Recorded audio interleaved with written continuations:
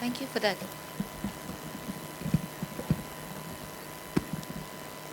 Thank you for that very kind introduction.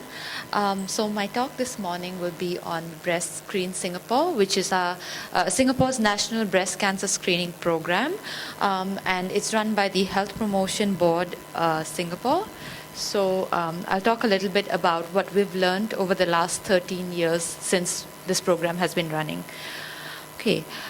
Before I move on to our National Breast Cancer Screening Program, I'm going to give you a bit of an introduction to Singapore, but I'm sure everyone from Hong Kong is quite familiar.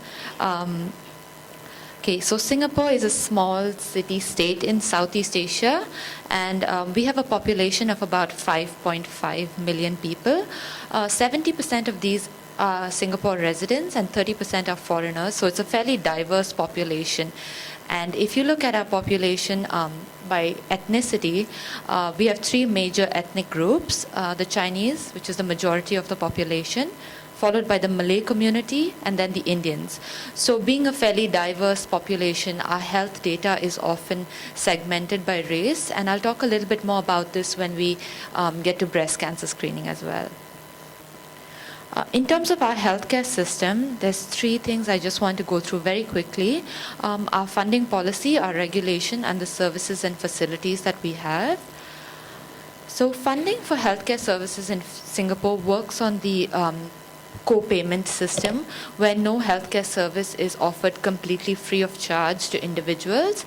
There's always some sort of co-payment involved, but of course there are a number of subsidies, medical savings accounts, an insurance scheme, and a safety net for the low-income individuals to make sure that everyone can afford healthcare services, and this is applicable to screening services as well. In terms of how the healthcare system works, the entire country is actually divided into 6 regional health systems, and this is a fairly new development to how we operate.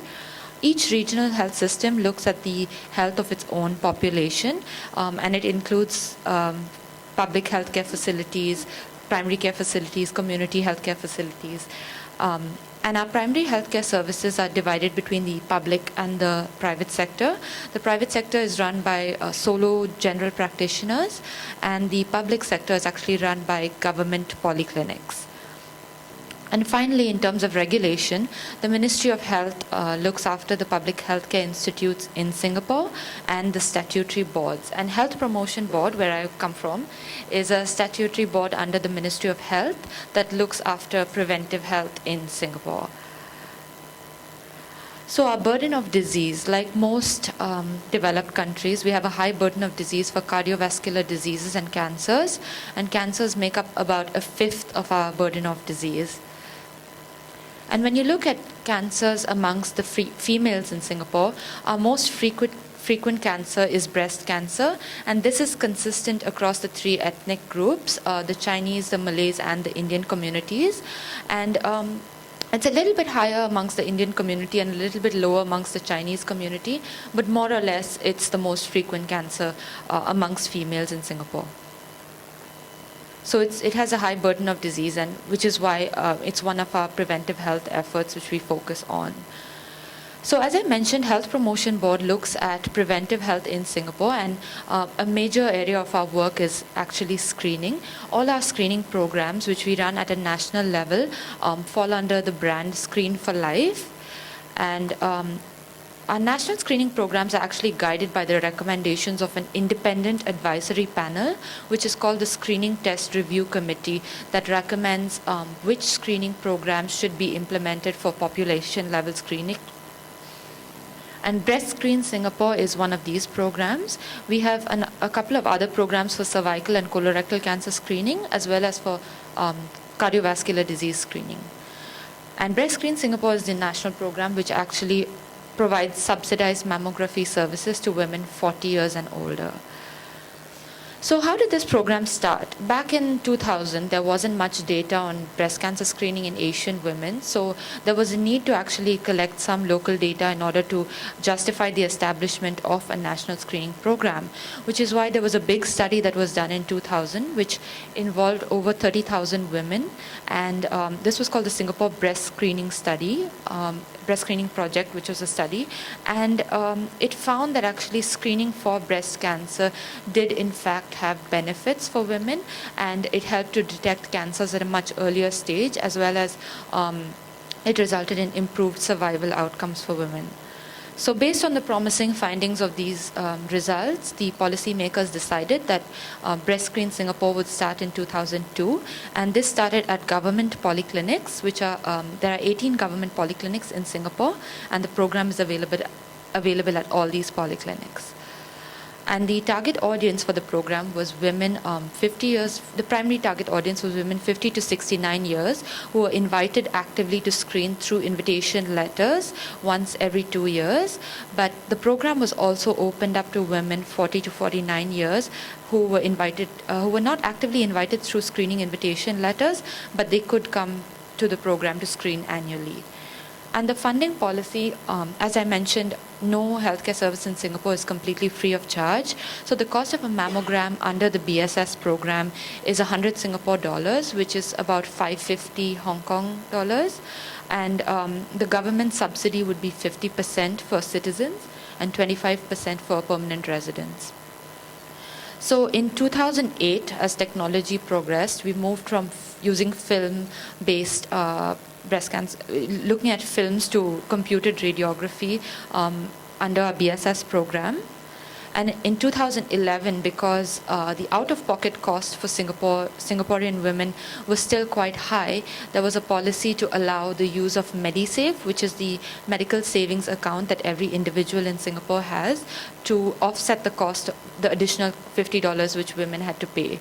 So this reduced that cost for them considerably. At the same time, there have been other subsidies implemented for lower income women as well as for the older generation to subsidize the $50 that women are supposed to pay, making it almost free of charge for most women.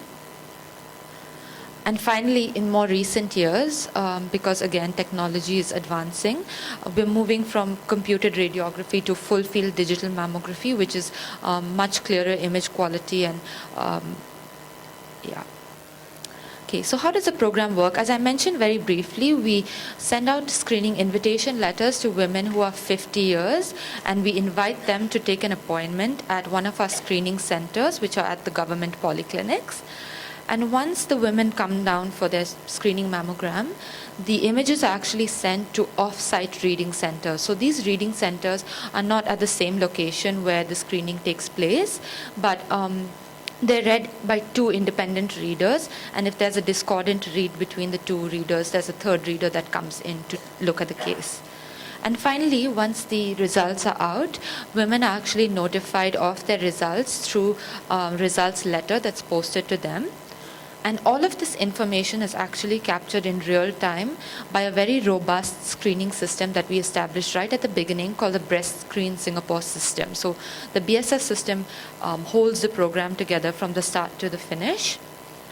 Based on their results, women are either invited for rescreening if they had normal results, and if they had abnormal results, there is a follow-up mechanism in place to make sure that they go for assessment at the government hospitals. And defaulters are also contacted by call center to make sure that they attend screening either in the private or the public hospitals. So we have a good end-to-end tracking system using the BSS system. And this is just a map of where our screening services are available. These are the 18 centers at which the screening services are available. We also have the off-site reading and assessment centers, which are the blue and the brown shapes. And interestingly, we have a mammo bus, which is a physical bus that has a mammography machine, and it brings screening services to the community venues, making it more accessible for women to get screened.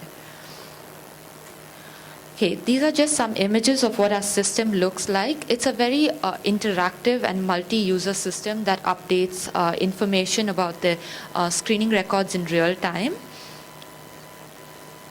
Okay, so back in 2002, when we started the program, there was very little awareness about mammography in Singapore. Only 1 in 3 women were actually aware that they could take up screening mammography in order to detect breast cancer early. And so there was a need to come up with publicity efforts. And at the time, we actually started with some publicity efforts. These were based on the scare tactic, which is basically trying to get women to realize that, hey, you know, breast cancer is a killer disease. So in order to be there for your loved ones tomorrow, make sure that you get screened. And of course, this perhaps helped because awareness of mammography spiked from about 1 in 3 women to 9 in 10 women over the years. So it really went up after our publicity efforts started and the program started in 2002. But of course, awareness doesn't always translate into uptake. Uptake before the program started was about 20%, 1 in 5 women getting screened for mammography every 2 years. But there was an initial spike where the rates almost doubled. But since then, it's plateaued off and it's hovered between 35 to 40%. So of course, awareness always doesn't translate into uptake. And we wanted to find out what were the barriers that people were actually facing in terms of getting screened for breast cancer. So in 2012, we actually came up with a consumer insights study where we interviewed and had focus group discussions with many women. And the findings were interesting, and they have been found in other countries as well. A lot of women see breast cancer screening as a lose-lose proposition. If they screen and they find that they have breast cancer, they have to live with it for the next how many ever years. And if they screen and they find that they don't have a condition, they invested a lot of time and money and anxiety into getting screened. So they found it to be a lose-lose proposition for them. Many of them also recounted bad experiences or having heard of bad experiences from their peers. So there was a fear involved in terms of wanting to get screened. And then there was a small minority that decided that they wouldn't want to know whether they had an illness. They would rather just remain in their own blissful bubble. And quite a number of women highlighted that they actually feel healthy and they engage in sufficient healthy behaviors, so they were not really vulnerable to getting breast cancer. So we did realize after this that we have to change the approach that we take and focus less on just improving awareness, instead by addressing the barriers and misconceptions that women have to breast cancer screening, and also trying to make the screening and follow-up process easier to understand and navigate. Okay, in terms of quality assurance, so when the program started in 2002, the committee that started the BSS program was quite firm that they wanted a strong quality assurance program in place. And at the time, there was a QA framework that was established with guidelines and standards for all the centers. And as I mentioned earlier, there's a double read for mammograms and a third reader for discordant cases.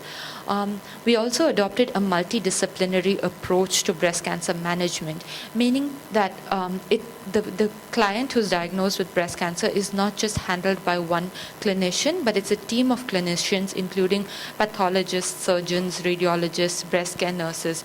So every single case is deliberated by this team of this multidisciplinary team. We also have audits on site of our screening and reading centers, which happen once every 2 years, and there are a bunch of clinical indicators that the centers have to adhere to in order to pass this audit. And those that don't actually meet one or two of the criteria have quality improvement measures put in place to make sure that they make up for these deficiencies. Of course, there's also ongoing capacity building measures. We have regular training courses for all our the team that's involved in the breast cancer screening program, which includes frontline staff, clinicians, radiographers, and so on. And we also have a seminar once every 2 years, which is the Singapore Breast Screen Singapore seminar.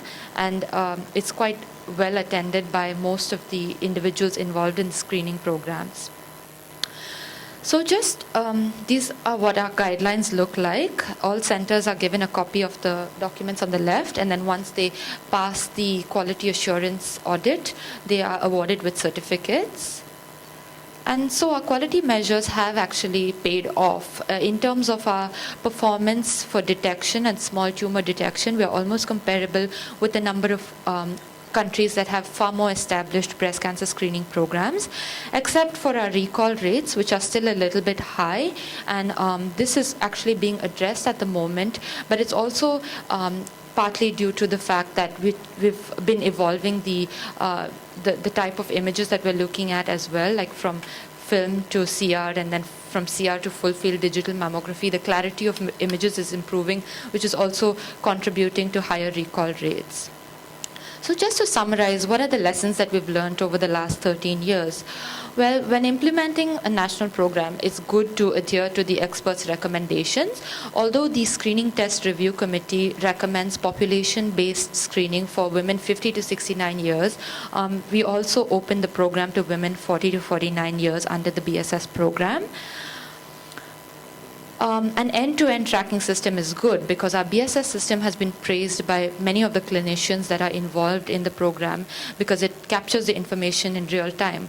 But we don't actually have a centralized data repository that also captures screening that takes place in the private non-BSS centers, and this makes up about 50% of screening taking place in Singapore. So there's quite a bit of missing data which we're trying to address, and in the next 2 or 3 years, we're looking at a national screening repository for not only our breast cancer screening programs, but other screening programs as well. Finally, of course, awareness doesn't always translate to uptake. I spoke about this in more detail earlier. And a robust quality assurance program is always essential because our BSS program, while the uptake is still low, does have very good clinical outcomes in terms of survival and reduced mortality. So a robust quality assurance program is something that's always good. So with that, I come to the end of my presentation. And if you want more information, you can always look at our website.